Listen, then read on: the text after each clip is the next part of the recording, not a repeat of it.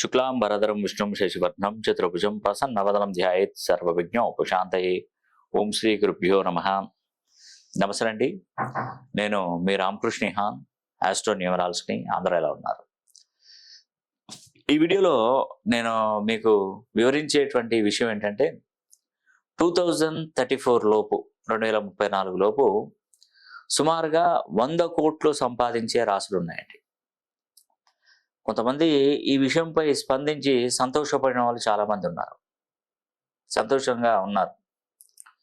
కొందరు ఈ విషయాన్ని టేకిడీస్గా కొట్టిపడేసిన వాళ్ళు కూడా ఉన్నారు. కొందరు ఈ విషయాన్ని పట్టించుకున్న వాళ్ళు కూడా ఉన్నారు.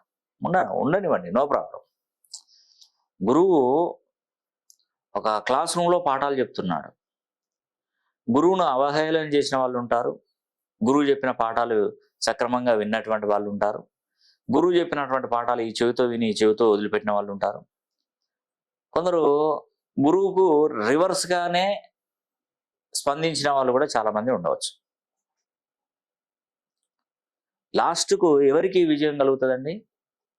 గురువు ఎప్పుడైతే పాఠాలు చెప్పాడో అది చక్కగా సక్రమంగా విని వాటిని పాటించినటువంటి వాడు ఎగ్జామ్ రాస్తే వాడు ఉత్తీర్ణత శాతం పెరిగి వాడు పాస్ అయినాక వాడికి మంచి ఉద్యోగం దొరికినప్పుడు వాడు నంబర్ 1 పొజిషన్లో ఉన్నప్పుడు మిగతా వాళ్ళకి అర్థమైపోతుంది.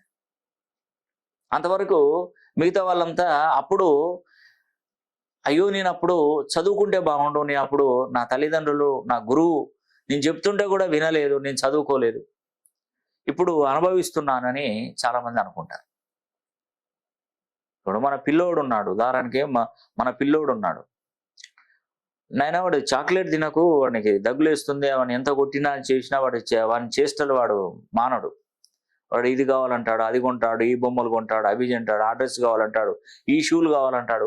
మనం ఎంత చెప్పినా వాడు విన్నాడు. నేను ఈ వస్తువునే తింటాను, ఇలాగే ఉంటానని వాడు అన్నీ రకరకాలుగా మనం చెప్తా అంటాడు. ఇప్పుడు చిన్నపిల్లోడు వాడు పెరుగుతుంటే కూడా మనం చెప్పిన మాట వినాడు. వాడికి ఎప్పుడు తెలుస్తుంది తెలుసా? వాడు పెరిగిన తర్వాత, వాడికి పెళ్లి చేసిన తర్వాత, వాడికి పిల్లలు కలిగినప్పుడు అప్పుడు మనకు అర్థమవుతుంది. అరే మా నాన్నగారు చెప్పారు నిజమే, ఇప్పుడు నా పిల్లలు నన్ను ఇబ్బంది పెడుతున్నారే అని ఖచ్చితంగా వాడు అనుకునే రోజులు కూడా వస్తాయి. అంతే కదా? అలాగా నేను చెప్పేది ఏంటంటే 2034 సంవత్సరంలోపు 100 కోట్లు సంపాదిస్తారని నేను చెప్తే దాన్ని మీరు ఏకీభవించట్లేదు, నమ్మట్లేదు. ఒకప్పుడు ఒక 30 సంవత్సరాల క్రితము ఒక ఎకరాకు ఒక 50,000 రూపాయలు, 1,00,000 రూపాయలు ఉండొచ్చు. ఇప్పుడు అదే ఎకరము ఎన్ని రెట్లు పెరిగిందని ఇప్పుడు 3 కోట్లు, 6 కోట్లు, 10 కోట్లు ఉన్న కాడ 100 కోట్లు కూడా ఉంది ఒక ఎకరం వాల్యూ. అంటే ఇది ఇమీడియట్గా ఏం జరిగింది అక్కడ? అవకాశాలు మనకు ఎట్లా వచ్చినాయంటే అసలు భూముల మీద పెట్టుబడి పెట్టిన వాళ్ళు ఇప్పటి వరకు ఒక రేంజ్లో ఉన్నారు. ఒకప్పుడు భూములకు విలువలు లేవు, జేబులో డబ్బులు ఉండాలి, బ్యాంకులో డబ్బులు ఉంటే అది గొప్పతనం. కానీ ఈ భూములు ఉన్నాయి, నాకు స్థలాలు ఉన్నాయంటే ఎవరు పెద్ద పట్టించుకోరు. ఆ కాలంలో ఏముందండి, భూములు స్థలాలు ఉన్నటువంటి వారికి పిల్లని ఇవ్వకపోయేది. భూములు మనకి 10 ఎకరాలు ఉన్నది, నీకు 20 ఎకరాలు ఉంటే 10 ఎకరాలు 20 ఎకరాలు విలువ లేదు దానికి. అసలు ఏమున్నది, 10 ఎకరాలు ఉంటే ఏం లాభం? కానీ గవర్నమెంట్ జాబ్ కావాలని ఎక్కువగా చూసేవాళ్ళు. బాబు చదువుకున్నాడా? చదువుకున్నాడు. గవర్నమెంట్ జాబ్ ఉందా? ఉంది. ఏం లేదా అతనికి? ఏం లేదు, అయినా ఇస్తాడు పిల్లలు.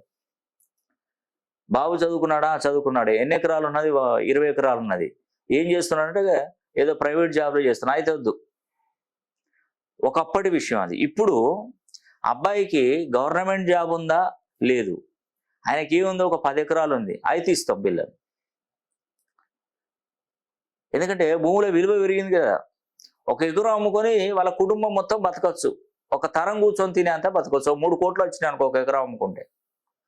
వాడు పిల్లల్ని చదివించుకుంటాడు, కారులో తిరుగుతాడు, మంచి పొజిషన్కి వెళ్తాడు, మంచి ఉన్నతంగా చేస్తాడు, ఏ కష్టం లేకుండా హ్యాపీగా కాలు మీద కాలేసుకొని దర్జాగా కాలు మీద కాలేసుకొని ఊపుతూ ఉంటాడు. ఎందుకంటే ఆ 1 ఎకరం అమ్ముతుంది, ఎంత ఫ్యామిలీ సెట్ అయిపోయింది. ఇంకా 9 ఎకరాలు ఉన్నది. ఈ 9 ఎకరాలు ఏం చేస్తాడు? ఉదాహరణకి అంటే ఆ పిల్లనిచ్చేటువంటి వాళ్ళ నాన్నగా కూడా ఆలోచిస్తాడు. ఏం లేకుండా లాస్ట్గా ఆ భూమి ఉన్నది కాబట్టి ఏదో అమ్ముకోనో ఏదో చేసైనా కూడా వాళ్ళు బతుకుతారు, నాకు నా అమ్మాయిని ఇస్తే ఆడ సుఖంగా బతుకుతుందని మన తల్లిదండ్రులు అనుకొని ఇస్తున్నారు. ఇప్పుడు గవర్నమెంట్ జాబ్ ఉంటే లెక్క చేయట్లేదు. ఏమున్నది గవర్నమెంట్ ఏమి ఇస్తాడు అతను? 20,000, 30,000, 40,000 ఏం వస్తుంది దానిలో? కానీ ఎకరాల కొద్ది భూములు ఉంటే ఎప్పటికైనా కోట్లకు కోటీశ్వర్లు అవుతారని ఆలోచనలో ఉంటారు. అంటే అక్కడ ఉన్నటువంటి విషయం తారుమారు అయిపోయిందా లేదా? అందుకే 2034 సంవత్సరం లోపు, అంటే సుమారు ఇంకొక 10 సంవత్సరాలు ఉందండి. మీరు కష్టపడి ఒక 2 సంవత్సరాలు సంపాదించి కష్టపడి ఒక స్థలం మీద ఇన్వెస్ట్ చేస్తే ఆ స్థలం సంపాదించుకుంటూ నువ్వు సంపాదించినట్టు అది సంపాదించుకుంటూ ఎదుగుతూ ఉంటాయి. ఈ మధ్యలో నువ్వు ఖాళీగా ఉండవు కదా ఈ 10 సంవత్సరాలు. మళ్ళీ నువ్వు ఏదైనా వర్క్ చేస్తావు, మళ్ళీ ఒక స్థలం కొంటావు, మళ్ళీ పెట్టుబడి పెడతావు, మళ్ళీ స్టార్ట్ అవుతావు. ఒకతను వాళ్ళ అత్తయ్య గారు ఇచ్చినటువంటి ఒక 200 గజాల స్థలంతోని హైదరాబాద్లో అతను ఇంజనీరింగ్ చేశాడు కాబట్టి, అతను సివిల్ ఇంజనీర్ చేశాడు కాబట్టి ఆ 200 స్థలాల భూమిలో 2 మంచి బిల్డింగులు, డూప్లెక్స్ బిల్డింగ్లు కట్టి ఎక్కువ రేటుకి అమ్మాడండి. 2 ఇళ్ళు కట్టాడు. నా దగ్గర కరెక్షన్ తీసుకున్నాడు అతను. 2 ఇళ్ళు కట్టుకొని 2 మంచి 200 గజాలలో అతని దగ్గర పైసలు లేవు, డబ్బులు లేవు. ఆ ఇచ్చినటువంటి స్థలము కొంత బయట నుండి తీసుకొచ్చి బిల్డింగ్ స్టార్ట్ చేశారు. చేసి దాన్ని అనుకున్న దానికంటే ఎక్కువ రేటుకి అమ్మాడు. ఎందుకంటే తన ప్లాను, తన ఇంటీరియర్ ఇవన్నీ చూసుకొని ఆ ప్లాట్ చూడగానే అందరూ ఆ ఇల్లు కొనుక్కున్నారు. ఆ వచ్చినటువంటి పెట్టుబడితో ఇంకొక స్థలం కొని దాన్ని డెవలప్ చేసి అక్కడ అపార్ట్మెంట్ లేపాడు. అలా సంపాదించుకుంటూ ఈరోజు బెంగళూరులో విల్లాలు అంటే కన్స్ట్రక్షన్ చేసేంత స్థాయికి కొన్ని వేల కోట్లు సంపాదించిన ఘనత నేను చెప్పినటువంటి వారికి ఉందండి. అంటే చూడండి, ఒకేసారి అదృష్టవంతుడు అయిపోయాడు. 200 గజాల జాగి కాడ 2,000 కోట్ల అధిపతి ఎక్కడ? 200 గజాలతో స్టార్ట్ అయ్యాడు, 2,000 కోట్లతో ఇంకా సంపాదిస్తూనే ఉన్నాడు. అది లక్, అదృష్టం. అలా ఉంటుందండి.